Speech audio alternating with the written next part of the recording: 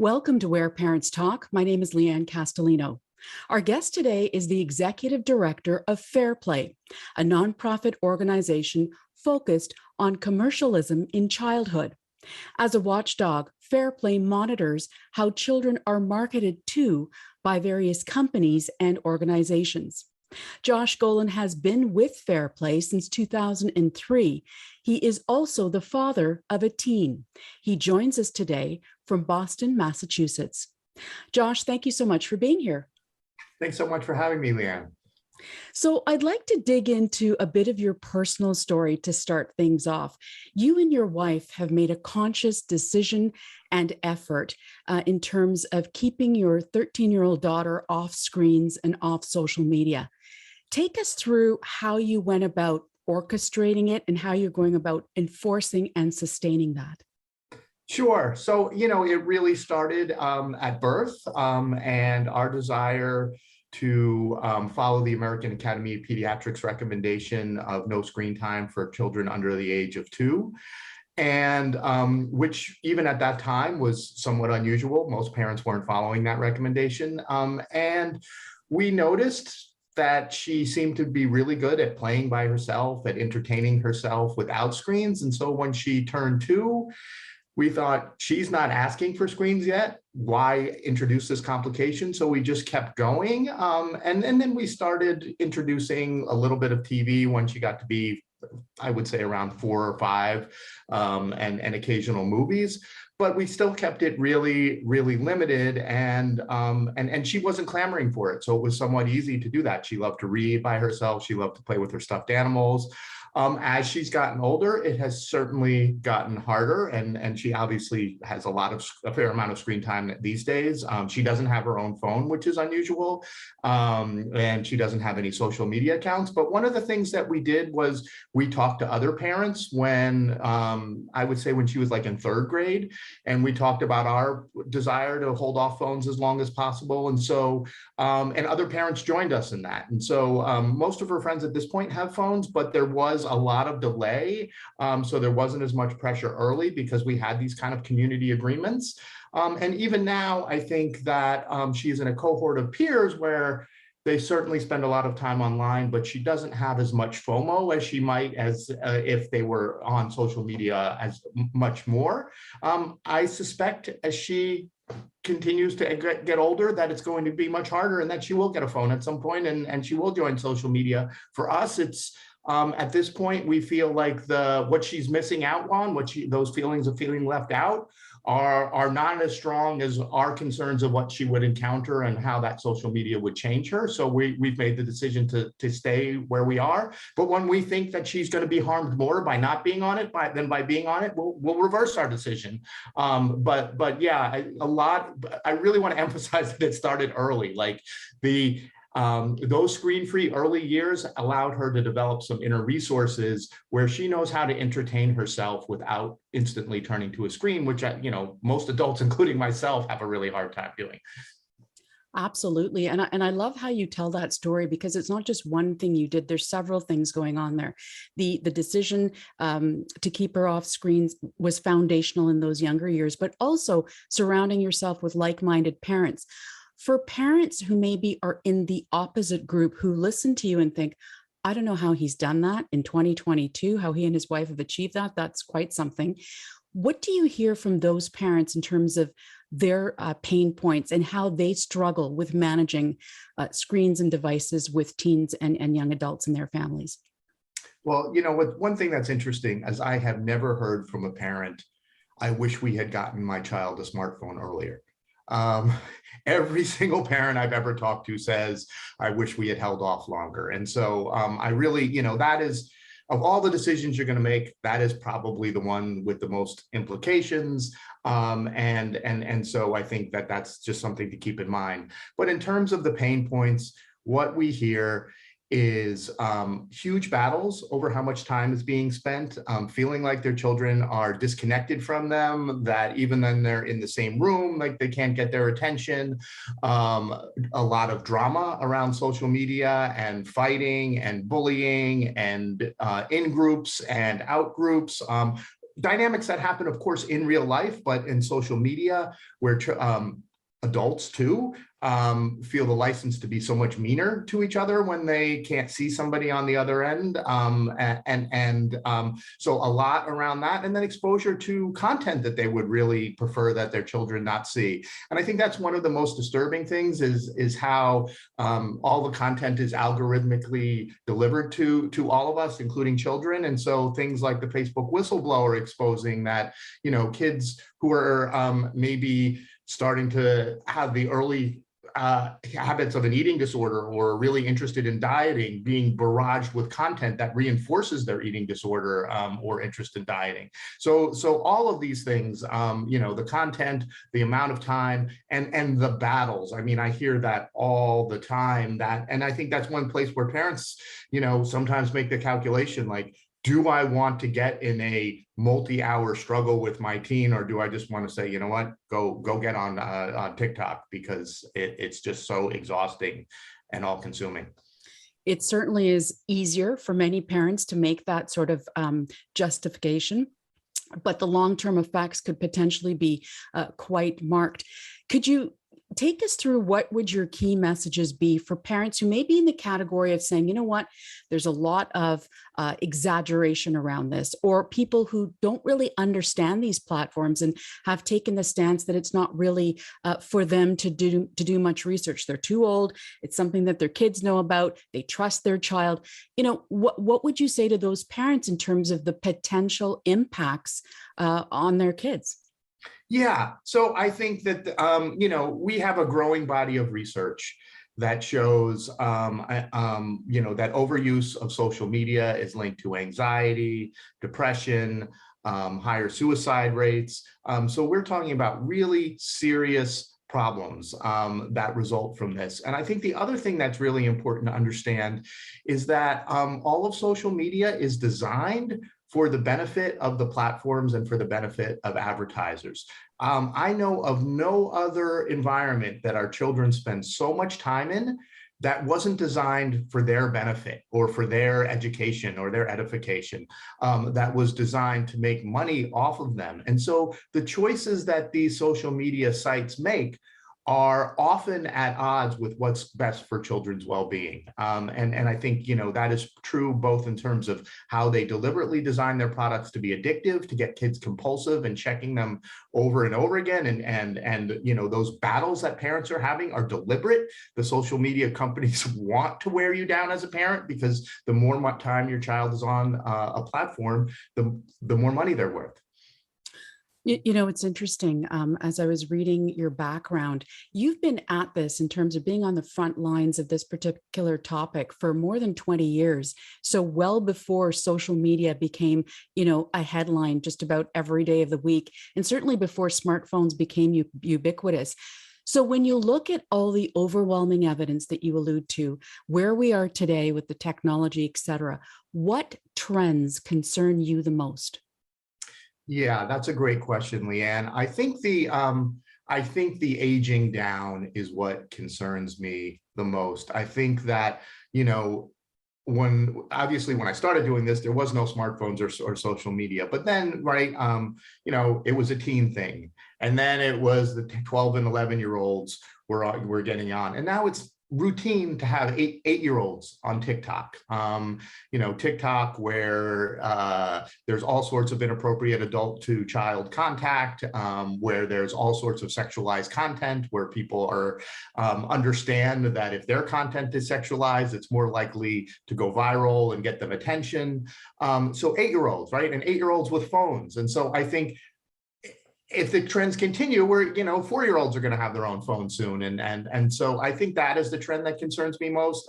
Last year, we launched a successful campaign to stop Facebook from releasing a kids version of Instagram. You know, all part of this plan to get kids attached to these platforms as early as possible. But that's, I think, the thing that really concerns me is that, you know, and the marketers will try and justify it. They'll say, oh, kids are getting older at a younger age, they're more mature. And there's no developmental evidence that kids are more, you know, that they've fundamentally changed. They're just having these experiences at a younger age, but that doesn't mean that they're ready for them. So, in providing examples of how these companies, which are unregulated, go about getting kids addicted, more or less, what, first of all, do you think that these companies have the ability to dial it back? And secondly, what specifically do you want to see from them and lawmakers moving forward? Yeah, I think they absolutely have the ability to dial it back. One of the things that we know that they do is they are constantly doing what's called A/B testing, where they are trying out different designs and seeing how that will affect their users' behavior. And what they're doing with that is testing out things to keep, how will we get kids to keep checking these platforms? How will we get them to share things with their friends? How will we get them to spend more time on our platforms? They could be doing that same kind of testing to say, how do we, limit it? And so the average experience is a half an hour a day, or, kids are naturally or being encouraged to take breaks as opposed to, go check that platform because your friend just posted a really cool picture, and if you don't go see that right now, you're going to be missing out on it. So there's all sorts of things. I mean, that's one of the things is every design decision that goes into these platforms is very carefully chosen for the benefit of the platform. We could change that. We could make it so that the design decisions were for the benefit of children. And that's actually what we're trying to do in terms of policy and in terms of regulation. The UK, for instance, recently enacted something called the Age Appropriate Design Code that says that if you have a platform that kids are likely to use, you have to design it with their best interests in mind. We have legislation in the United States that we're trying to do the same thing. So it's really about shifting the equation. It's about saying, if you're going to be this place where children gather, you have a responsibility for them. And up until now, we haven't seen that. We've seen the companies say, you know what, we're going to put out our product, and it's, if there's problems, that's because there's a problem with the kids or the parents. We don't believe that there's bad kids or bad parenting going on. We believe that there's a bad business model that is driving all of these horrible design choices. It's really interesting as we follow this story, certainly in recent years. You've got unequivocal and mounting, overwhelming evidence in terms of the impact of screens and social media on the mental health of children, not just in North America, but certainly globally. But there's been three key events that have happened in a short space of time that have been quite critical. You mentioned Frances Haugen, so the Facebook whistleblower, back in the fall of 2021, coming out with those incredible revelations about that organization. You have yourself in a historic address to Congress in December of 2021, historic for your organization, Fair Play, addressing Congress on this issue. And most recently, US President Joe Biden made a point of mentioning this in his State of the Union address. I'm curious, what, in your opinion, is the impact of each of these critical events, and how do you see that moving forward? Yeah, and I would actually add a fourth event. I would add the film The Social Dilemma, which had, particularly here in North America, but even globally, had such an incredible impact in raising awareness of these issues. What I see is happening is, for the first time, I see parents who are angry, who are demanding change, and who are no longer pointing the finger at themselves and at each other. This was an issue just a couple of years ago that was so ingrained in the parenting wars, which not coincidentally often play out over social media, like where parents are pointing the finger and like, I know how to do this, and if you're struggling with social media, it's because you don't know how to set boundaries or you're a bad parent. And we have so many parents now who have gone through this, who have tried everything, who are exhausted. And also we have tons and tons of parents who it's just unfair to expect them to take on monitoring social media as essentially another full-time job. I mean, we are 2 years into this pandemic. Everybody is exhausted. Parents don't need another full-time job. And it's the last thing they need. And so to me, what we are seeing in this moment is for the first time, lawmakers starting to understand the depth of the problem, parents demanding change instead of just saying, oh, we all just need to be better parents, and really pointing the finger at the tech companies and their desire to profit off of our children as the real reason for this crisis. And for me, as somebody who has been working on the issue of trying to protect children from commercialism and companies making money off of them, it's really heartening to be in this moment where there's just this greater understanding. And I think we're past the point of talking about, is there a problem? And now we're talking about what are the solutions? And to me, that's a huge step forward. On that note, what does success look like for you in the short and the long term? Yeah. So I think in the short term, we are trying to get some legislation passed here in the United States. We're trying to get better regulation of social media.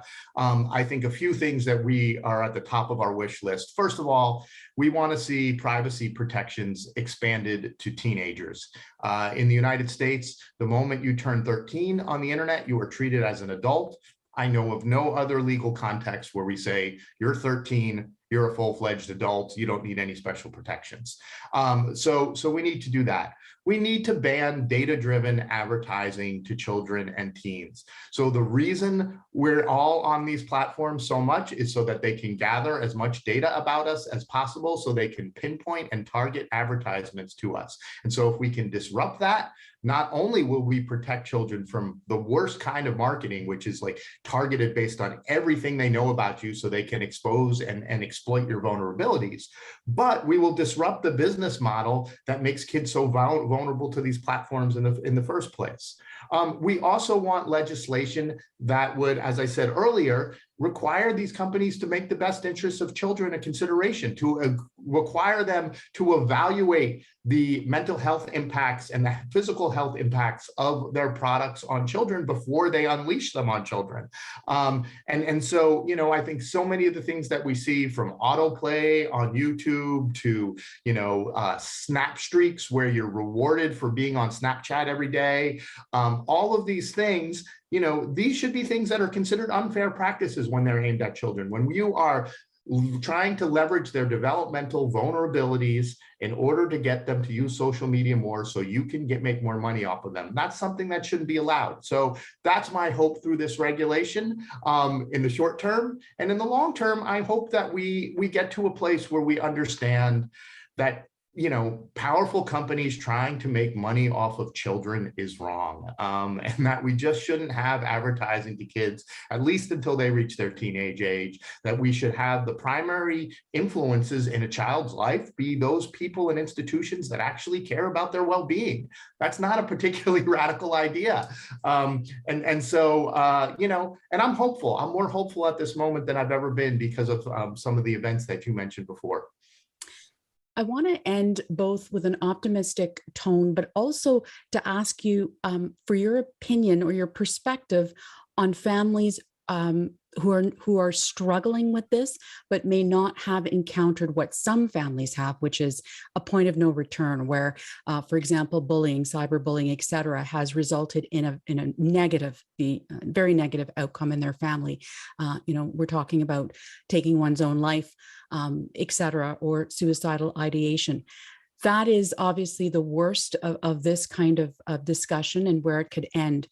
So for families who aren't there yet, what kind of hopeful advice could you provide as a dad yourself with a teenager in 2022 about how they can move forward in a positive way for their child's well-being?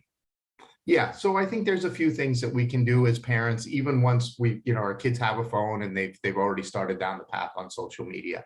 Part of it is modeling and really getting a handle on some of our own use in front of our kids, and creating, at the very least, creating spaces and moments that are social media and phone free. So meals, bedtimes. Get those phones, including you parents, get them out of the bedroom. They disrupt sleep. And so, you know, having those screen-free moments, I think, is really, really important, and making those rules and sticking to them. And you can do it. Like, you know, your team will give you a hard time at first, but if you start habituating them to it, it's doable. It's not like you're taking the phone away forever. You just say, during dinner, Nobody's getting on their phone. Yeah. So that's one thing. I think talking to teens, particularly teens, and maybe once kids get to be around 11, watch The Social Dilemma with them. Talk to them about why it is so hard for them to get off of their phones. Talk to them about the business that's going on behind the scenes. Talk to them about how they're being manipulated. Teenagers hate the idea of adults manipulating them.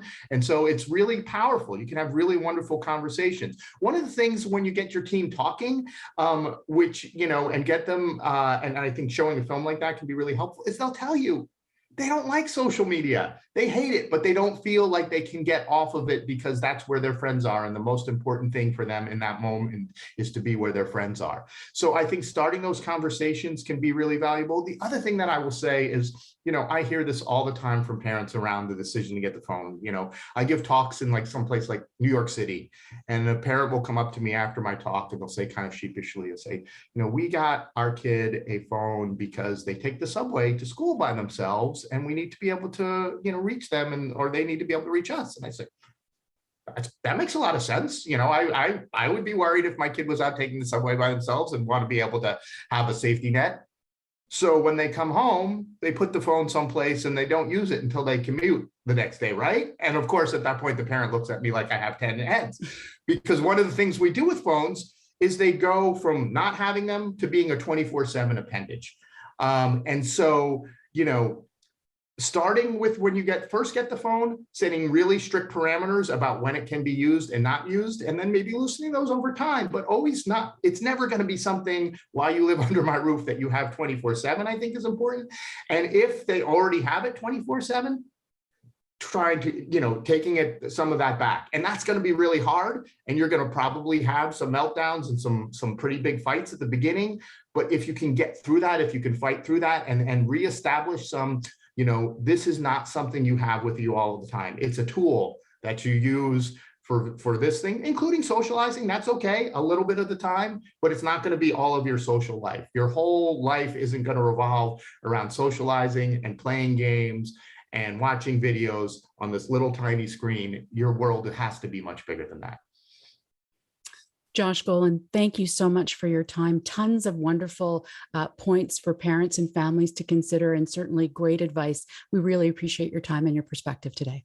It was a pleasure, Leanne.